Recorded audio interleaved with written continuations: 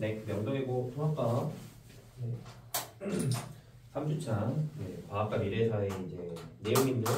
그 과학과 미래사회의 내용은 뭐 학교에서 수업 들어보셔서 알겠지만 거의 암기 파트예요. 그래서 제가 오늘은 좀 어떤 원리에 대해서 뭐 설명하거나 이제 그런 것보다는 좀 말뜻이나 뭐 아니면 이제 뭐 암기해야 될 것들 그런 거 이제 좀 체크해주는 것들 위주로 좀 내용 설명하지 않을까 싶습니다.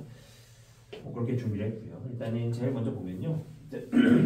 과학과 미래사회에서 가장 중요한 것 중에 하나는 당연히 이제 과학이라고 하네요. 그러니까 우리가 이제 미래 사회를 이제 예상함에 있어서 어떤 발생하는 문제, 뭐 현대 사회에서도 발생하는 문제, 혹은 미래에 발생된 어떤 문제들이 있을 때 그것들을 해결하는 가장 좋은 이제 열쇠 중에 하나가 이제 과학이다라고 하는 내용이죠. 이 단원에서 말하고자 하는 통합과학 마지막이죠. 통합과학 2의 3단원에서 얘기하는 거는 그렇습니다.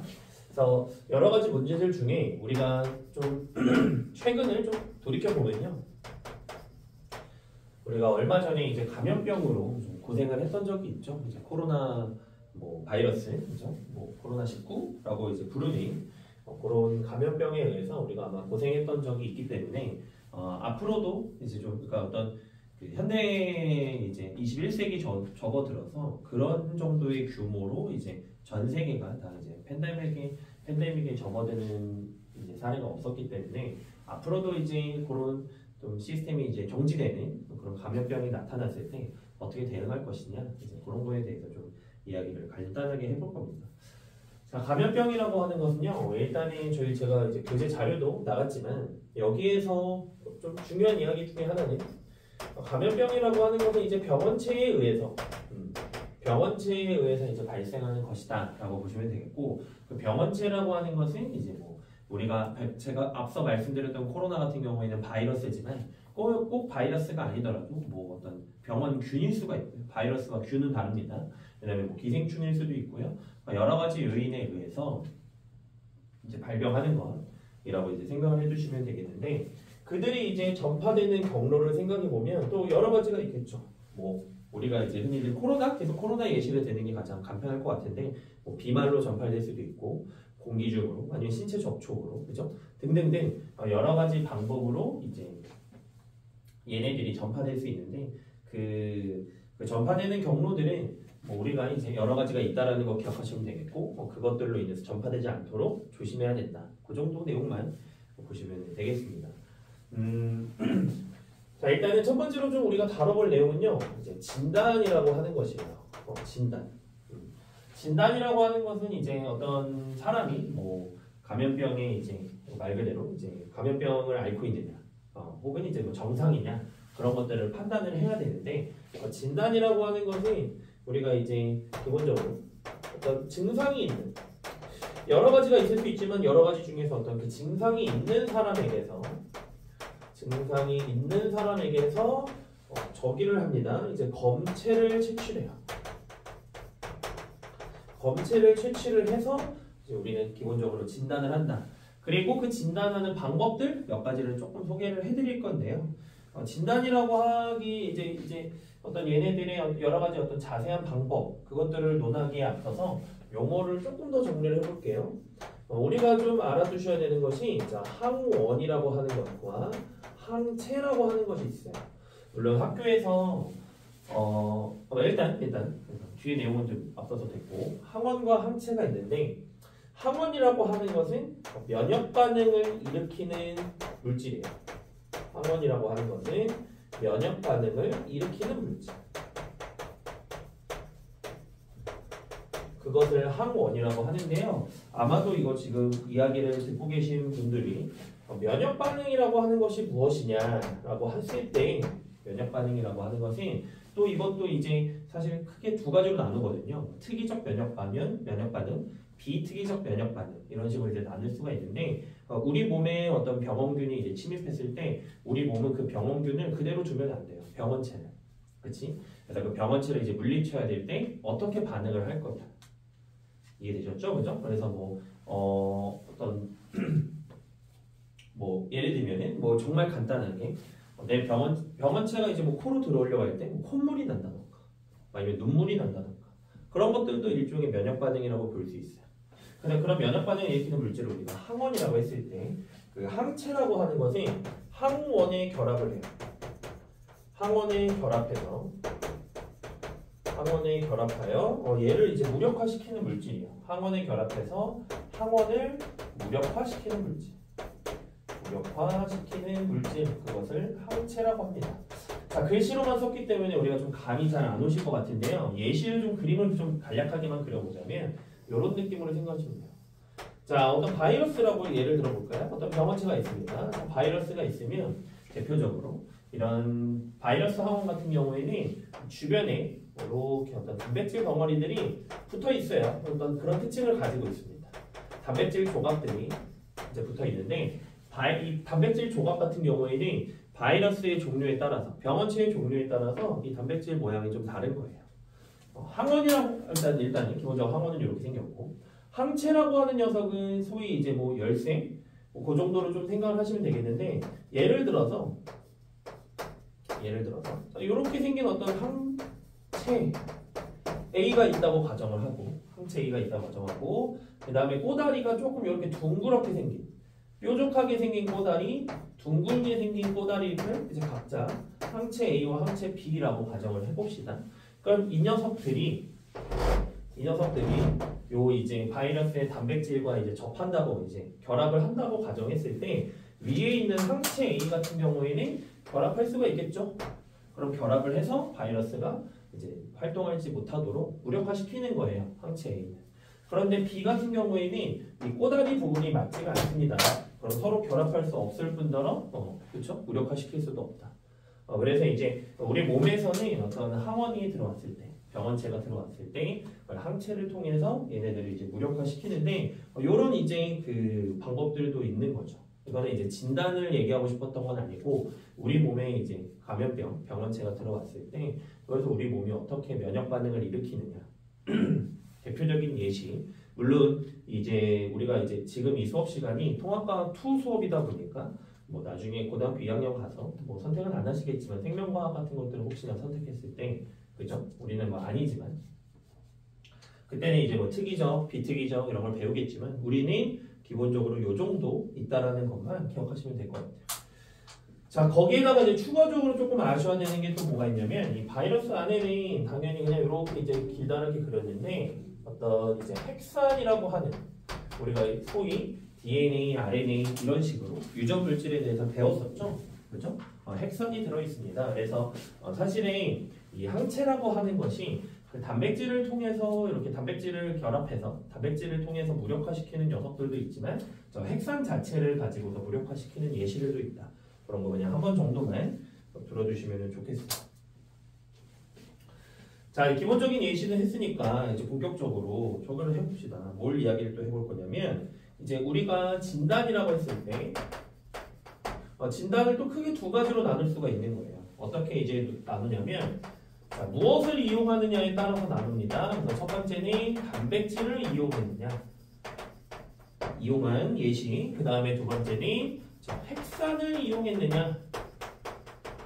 항원 항체가 그랬듯이 우리가 진단을 할 때에도 단백질을 직접적으로 이용해서 진단하느냐, 혹은 아니면 핵산을 직접적으로 핵산을 이용해서 진단하느냐 두 가지로 나누는데 단백질을 이용한 경우에는 우리가 대표적으로 신속 항원 검사라고 보통 부르고요. 그 다음에 두 번째는 유전자 증폭 검사라고 합니다.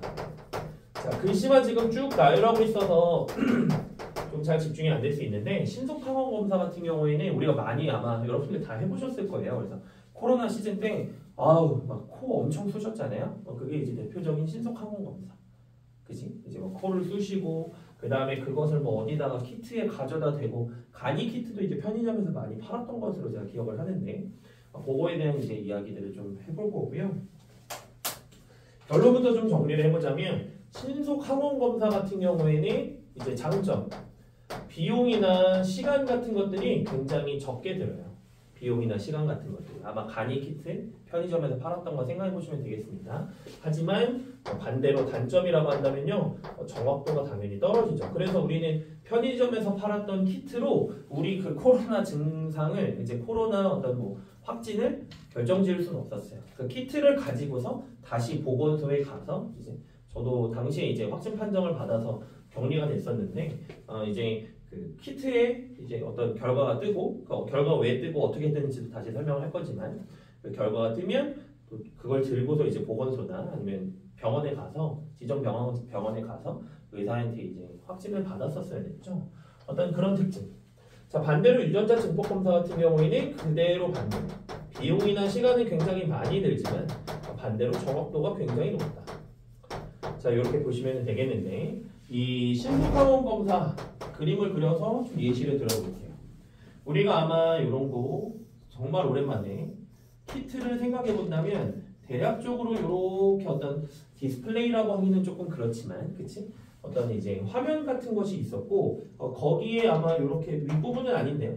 표현하기가 힘이 좀 그래서 CT라고 하는 어떤 알파벳 그리고 이렇게 이제 뭔가 그 시료를 묻히는 그런 지점이 있었을 거예요. 면봉 같은 걸로 이제 코를 후빈 다음에 쑤신 다음에 여기다 이제 가져다 댔고 여기 이제 줄이 어떻게 뜨느냐, 그죠? 줄이 뜨느냐 안 뜨느냐. 뭐 두 줄이 떴다 그러면 이제 우리가 코로나 뭐 확진이다. 뭐 그걸 키트를 가지고 병원에 갔었는데 이 각자의 C와 T가 의미하는 건 뭐냐면요. 자, 여기 밑에다 있을게요. C라고 하는 것은 대조선입니다. 그 다음에 T라고 하는 것은 실험선입니다. 자, 결론은 뭐냐면요. 어떤 시료에 대해서 우리는 T, 그러니까 코로나 바이러스 당시에 그 병원체 같은 경우에는 병원체가 존재한다면 이 T 실험선에 말 그대로 T 자리에 선이 떠야 되는 거예요. 그래서 경우의 수 가지고 우리가 좀 판단을 해봅시다. 대조선에 선이 있어. 대조선에 선이 떴고 시료를 묻혔더니 실험선에도 만약에 이렇게 이제 선이 이제 만들어졌다라고 한다면 이것은 이제 확진이죠. 그러니까 감염이 되었다라고 표현을 합니다. 둘 다 동그라미가 뜨면 그러니까 선이 두 줄인 거죠. 그런데 대조선에 선이 떠 있고 실험선에 선이 뜨지 않는다면 그것은 감염되지 않았던 거예요. 비감염이에요. 그러니까 대조선에 그러니까 C에 대비해서 T에 선이 있어야 된다. 그럼 만약에 C 지점에서도 선이 없고 대조선에도 선이 없다면 그것은 실험선에 선이 무엇이 뜨든 간에 관련이 없습니다. 왜냐하면 키트가 불량이라는 뜻이에요. 대조선에 대해서 선이 없기 때문에 대조선이 뜨고 그것에 대한 이제 실험선 위치가 정확하게 떴을 때 뭐 우리가 이제 중딩 때 크로마토그래피 뭐라고 배웠거든요. 하여간 뭐가 됐든 간에 그런 것에 대해서 대조선이 없으면 우리는 불량이고 다시 이제 실험을 해야 된다. 다시 진단을 해야 된다. 이렇게 봤었습니다. 그래서 간단하게 이렇게 좀 신속항원 검사까지 말씀을 드렸는데 뒤에 해야 할 거예요. 유전자 증폭 검사도 하기 전에 우리가 조금 더 이야기를 좀 해본다면 바이러스 주변의 요 단백질과 결합하는 항체 물질도 당연히 주로 단백질로 구성되어 있는 겁니다. 이것들도 하나 체크해 주시면 좋겠고. 자, 유전자 증폭 검사 같은 경우에는 어떤 방식으로 하느냐는 우리가 실생활에서 접한 적이 거의 없기 때문에 조금 예시를 들기는 힘들고요. 그런 어떤 간단하게 그래프 자료 보는 것만 알려드릴게요. 자, 그래프가 있을 때 그래프의 세로축은 헥산의 양이에요. 헥산의 양. 그럼 여기서 이야기하는 이 헥산이라고 하는 것은 헥산의 양은 누구의 헥산을 얘기하는 거야? 병원체의 헥산을 얘기하는 거예요. 바이러스를 기준으로 했을 때 그 병원체, 그죠? 헥산의 양을 그 바이러스가 얼만큼 많이 있냐 적게 있냐 그것을 의미하는 거겠죠. 그 다음에 가로축은 이제 증폭 횟수라고 표현을 합니다. 얼만큼 실험을 많이 했느냐라고 생각해 주시면 되겠고요. 그래프는 크게 이렇게 나타난다면 이것은 감염되었다. 즉 이제 실험 횟수, 증폭 횟수를 늘려감에 따라서 헥산의 양도 완전한 정비례도 아니고요, 그렇죠? 뭐 기하급수도 아니고 뭐 하여간 점점 계속 증가하는 형태로 나타난다면 그것은 감염된 이제 형태, 감염된 상황이라고 보는 거고요. 이렇게 세로축의 변화가 거의 나타나지 않는다면 그것은 감염되지 않은 것이다라고 이해해 주시면 되겠습니다. 됐죠? 그래서 간략하게 그래서 좀 이 감염병 이제 말씀을 드렸어요. 그래서 이렇게 설명할 만한 거는 좀 이 정도 봤고 제가 이제 수업 자료에서 밑에 이제 페이지는 지웠는데 페이지 번호는 지웠는데 두 번째 페이지 같은 경우에 이제 보시면요. 감염병을 그래서 우리는 결론적으로 추적하는 것도 굉장히 중요하다. 감염병을 추적하는 것도 저희 교재에서는 그래서 세 가지 정도로 이제 소개하고 있는데 뭐 역학조사 크게 방법은 간략하게 제가 소개만 하면 될 것 같아요. 역학조사, 그 다음에 접촉조사, 그죠? 그 다음에 접촉으로 추적하는 거, 그 다음에 데이터를 분석하는 거. 물론 이제 개인적으로 수업 내용과 별개로 뭐 접촉 분석하는 것들은 이제 좀 뭐 논란의 여지가 조금 있긴 하죠. 어떤 뭐 권리에 대해서 인간 어떤 개인 프라이버시에 대해서 어떤 논란의 여지도 있지만 저도 뭐 그렇게 동의하지는 않지만 우리는 어차피 과학 내용을 지금 전달하는 거기 때문에 교과서에 있는 내용들 추려보면 이렇게 된다. 그 정도 이해하시면 되겠어요. 자, 다음 주제로 넘어가 볼까요? 밑으로 넘어오시면요. 이제 미래 사회의 이제 문제, 미래 사회에 문제가 발생을 합니다. 미래 사회에서. 그럼 그것을 이제 당연히 누가 해결하겠다? 과학이 이제 해결함에 있어서 이런 문제를 해결함에 있어서 과학이 얼만큼 중요한 역할을 하느냐 그런 내용들이 또 적혀져 있는데요. 한번 이제 고민을 해보는 거예요. 미래 사회에 발생할 수 있는 문제들은 어떤 것들이 있느냐? 대표적으로 가장 지금 핫한, 그지? 단어도 그렇지만 실제로 핫한 뭐 지구 온난화 같은 문제도 있을 거고요. 아니면은 뭐 어떤 고령화 사회, 그치? 노인 문제 같은 것들. 도 이제 표현 이제 존재할 거고, 그 다음에 저희 교재에서 뭐 여러 가지들 어떤 이제 뭐 삶의 질, 뭐 과학기술, 뭐 어떤 과학기술 윤리, 그죠?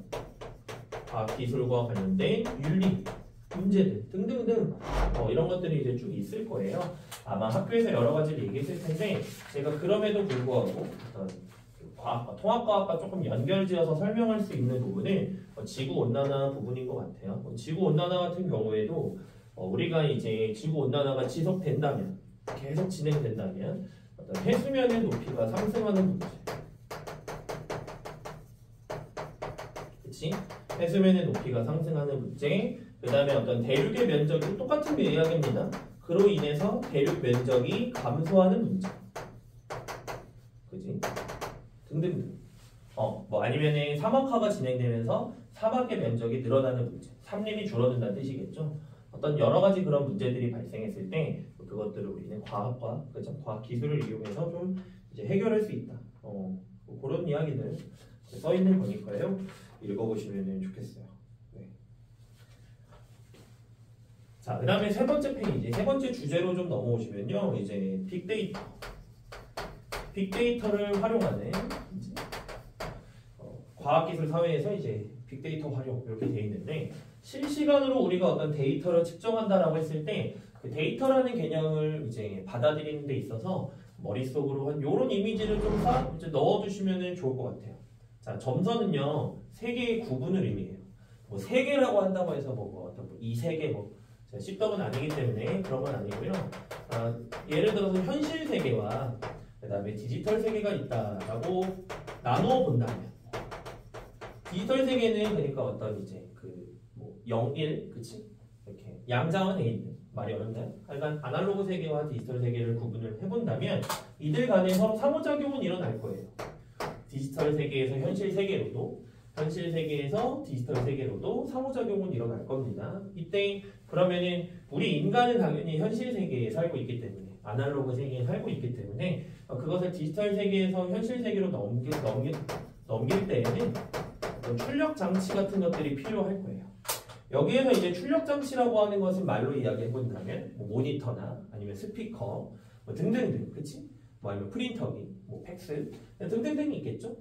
그런 기계 장치들을 통해서 그런 것들을 통해서 이제 인간에게 현재 데이터를 보여주는 출력 장치가 있을 거고요. 그 다음에 인간은 디지털 세계로 당연히 입력 장치를 통해서 뭐 키보드가 될 수도 있고 뭐 마우스 아니면은 뭐 마이크 뭐 등등등 여러 가지 또 어떤 그 장치를 통해서 우리가 가지고 있는 우리가 이제 보통 보내는 이런 아날로그 신호를 디지털 신호로 전환해서 디지털 세계로 보낼 거예요. 그러면 이 디지털 세계에서는 컴퓨터가 처리 장치를 통해서 소위 CPU라고 그러죠. CPU, 뭐 GPU 등등등 어떤 그런 걸 통해서 이제 연산을 처리할 거고 다시 우리한테 돌려보내는 이런 상호작용이 일어납니다. 머릿속으로 이 그림을 넣어두시면 뒤에 내용을 읽어보고 이해하시는데 큰 문제는 없을 것 같아요. 그죠? 엄청나게 어려움은 없을 것 같다. 이렇게 이제 보는데, 그쵸?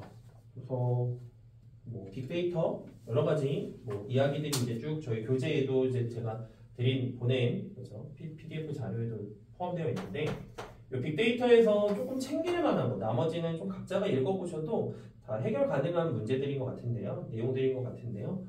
우리가 좀 강조하고 싶은 이 시간에 좀 강조하고 싶은 건 이 빅데이터를 활용함에 있어서 발생하는 문제점 5가지 정도 소개하고 있네요. 그래서 그 5가지는 뭐 첫 번째로 프라이버시 문제. 그러니까 빅데이터를 활용함에 있어서 이제 여러 가지 그러니까 빅데이터를 제가 위에서 요 현실 세계와 디지털 세계를 구분하는 것만 말씀드렸지만 쭉 내용을 읽어본다면 이제 여러 가지 이제 모든 정보들을 취합해서 이제 그 연산 장치에다가 다 집어넣는 거죠. 그러면은 그 여러 가지 어떤 데이터들 구축된 그 빅데이터를 활용해서 또 이제 연산을 해 나가는 그런 것들을 이야기하는데 그런 과정에서 너무 광범위한 어떤 그 데이터들을 모으다 보니까 각자 개인의 프라이버시는 좀 침해당할 수 있다. 침해당해야 된다는 뜻이 아니라 침해당할 수 있는 문제점이 있다. 그런 이야기를 하는 겁니다. 그죠? 그 다음에 두 번째로는 얘네들이 이제 데이터를 모으는 데 있어서 데이터의 품질의 신뢰도가 조금 떨어져요. 그러니까 워낙 광범위한 어떤 그 영역에서 데이터들을 모으다 보니까 데이터 하나하나의 신뢰도. 그치? 우리가 뭐 많이 들어보셨잖아요. 초등학교, 중학교를 겪어오면서 뭐 최근에는 뭐 어떤 우리 이제 정보의 바다다 하면서 그 정보의 어떤 신뢰도. 그러니까 소위 얘기해서 유튜브 같은 데서 이제 뭐 좀 이런 얘기 해도 되나요? 뭐 어떤 레카들이 이제 이야기하는 그죠? 뭐 그런 어떤 뉴스들을 우리가 조금 선별해서 받아들일 필요가 있다. 그 이야기를 하는 거고 그 다음에 복잡성에 대해서 이야기하는 거는요. 또 데이터가 워낙 많다 보니까 그것들을 처리하는데 효과적으로 조금 관리하는 데 있어서 조금 에너지가 또 많이 투입된다. 그런 이야기들. 그 다음에 시스템을 구축하는데 어떤 비용이 많이 든다는 거. 비용 문제도 있을 거고요. 그 다음에 정보 과부하 같은 경우에도 마찬가지 데이터가 너무 많다 보니까 조금 계속 누적돼서 쌓이다 보면은 그죠? 계속해서 쌓이는 양이 계속 뭐 연속적으로 이제 증가하게 되고 그럼 이것들을 처리하는데 좀 문제가 발생할 수 있다. 그 정도 보시면 되겠습니다. 제가 요번에 드리는 자료는 좀 문제들도 거의 그냥 이제 암기 체크하는 정도의 객관용 문제들만 좀 넣어놨는데요. 문제를 좀 더 풀어보고 싶으시면은 일단은 제가 보내드린 PDF 자료 말고도 따로 카톡으로 연락을 주세요. 말씀을 하시면은 진짜 그냥 너무 그러니까 거침없이 그러니까 어떤 뭐 거리 낄 거 없이 연락 주시면 제가 바로 자료 내에 보내드리겠습니다. 자, 두 번째 주제로 가볼게요. 과학과 미래 사회 주제로 넘어가 보겠습니다. 싹 말하는 동안 칠판을 지울게요. 자, 두 번째 단락에서는 이야기할 내용이 더 적어요. 그렇게 많지가 않아요. 그래서 과학과 미래, 과학 기술과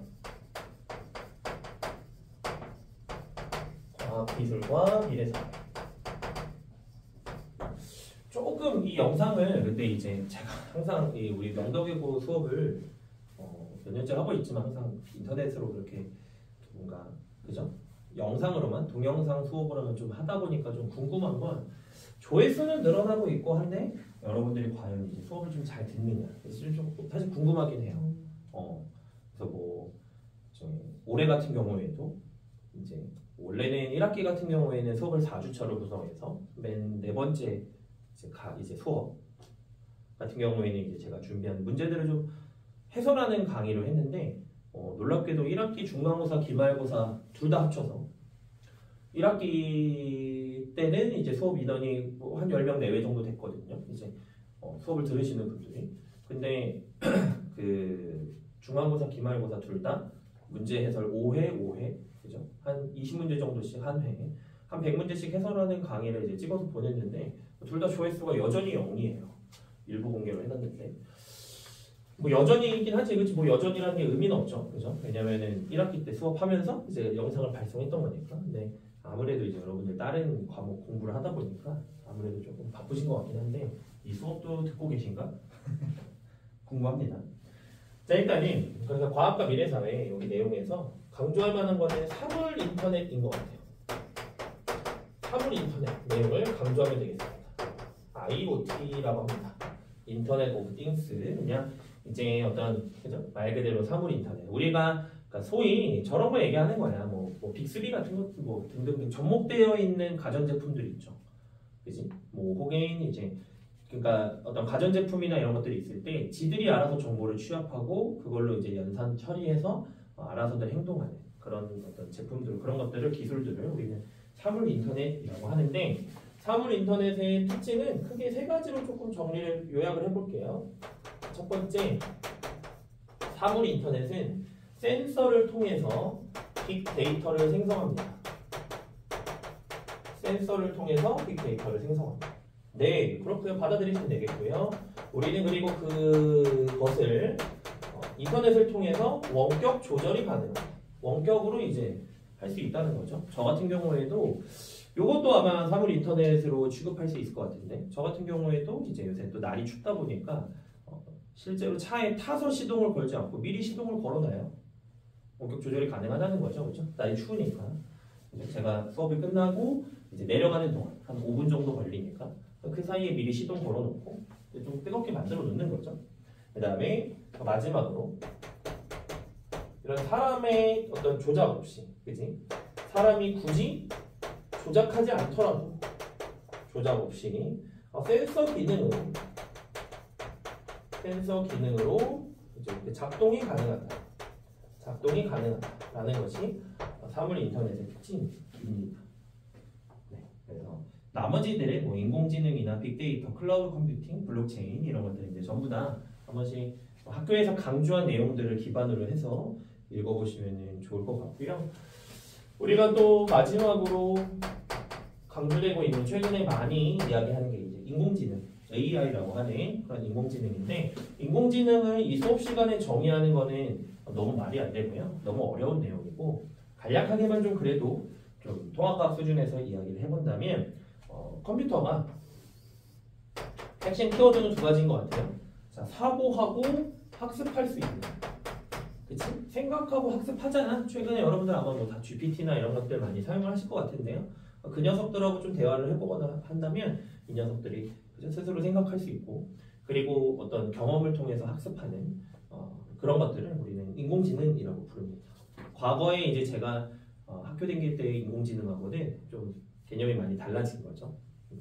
그러니까 과거에 우리가 생각하는 인공지능은 물론 추상적인 어떤 그러니까 이론적인 개념으로서는 먼 미래에, 제가 학교 다닐 때는 먼 미래에 이렇게 사고하고 학습할 수 있는 인공지능이 등장할 수 있나? 라고 궁금했지만, 그죠? 제가 중년이 되기 전에 이미 등장을 한 거 보면 과학기술의 발전이 굉장히 빠르다라고 볼 수 있겠네요. 자, 뒤에 있는 내용들은요, 제가 뭐 굳이 이렇게 책을 보고 교재를 보고 읽고 칠판에 정리해 볼 수는 있지만 그것들도 큰 의미가 있을까 싶은 내용들이에요. 말만 읽어볼게요. 과학기술이 뭐 인공지능 로봇이라고 하는 거지. 인공지능 로봇은 이제 로봇은 하드웨어를 얘기하는 거고, 인공지능은 이제 소프트웨어를 이야기하는 거잖아요. 그것들이 이제 접목된 형태인데, 한번 뭐 응용 가능한 부분도 여러 가지 분야들이 있겠죠. 뭐 우리가 가장 기대하는 것 중에 하나는 어떤 의료 분야, 그치?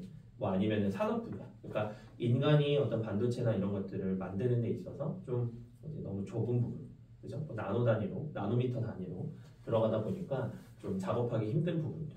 아니면은 이제 뭐 더 나아가서는 미래에는 뭐 광산 같은 데서 어떤 이제 자원 같은 걸 채굴함에 있어서 인간이 직접, 그죠? 광부분들이 인간이 직접 그것을 채굴하기에는 좀 위험성이 있을 때 우리는 이제 AI, 뭐 인공지능 로봇 같은 것들도 이용할 수 있겠죠. 인터스텔라 영화 같은 거 보셨나요? 뭐 거기 보면 이제 많이 나오잖아요. 영화 같은 데 나오면. 공상과학 영화 같은 데 많이 이제 등장하는 녀석들. 응용할 수 있는 부분들이 굉장히 많겠죠. 그래서 과학기술의 뭐 유용성, 효율성 증대, 뭐 의료 발전, 정보 접근성, 문제 해결, 생활 편의성 읽어보시면 좋겠고요. 과학기술의 한계도, 뭐 윤리적 문제, 여러 가지 문제들이 있다. 과학윤리의 어떤 또 중요성도 뒷 내용에서 강조하고 있는데 한번 천천히 읽어보시면 문제 풀고 시험 대비하는데 큰 어려움은 없을 것 같습니다. 마지막 단어는 좀 내용 자체가 좀 적어요. 그래서 이렇게 이제 저희는 3주차 요 수업은 마무리되고요. 제가 아까 말씀드렸던 것처럼 이미 지나갔지만 1주차, 2주차 내용에서 좀 문제가 더 필요하다. 3주차 포함해서 문제 더 필요하면은 말씀하시고요. 질문할 사항이 있으면 문제 내용에 대한 거 혹은 학습 내용에 대한 질문할 거 있으면 편하게 카톡 주세요. 저는 야행성이기 때문에 늦은 밤에도 상관이 없이 언제든지 답변하니까요. 주시면 감사하겠습니다. 그래서 촬영은 여기까지 하겠습니다.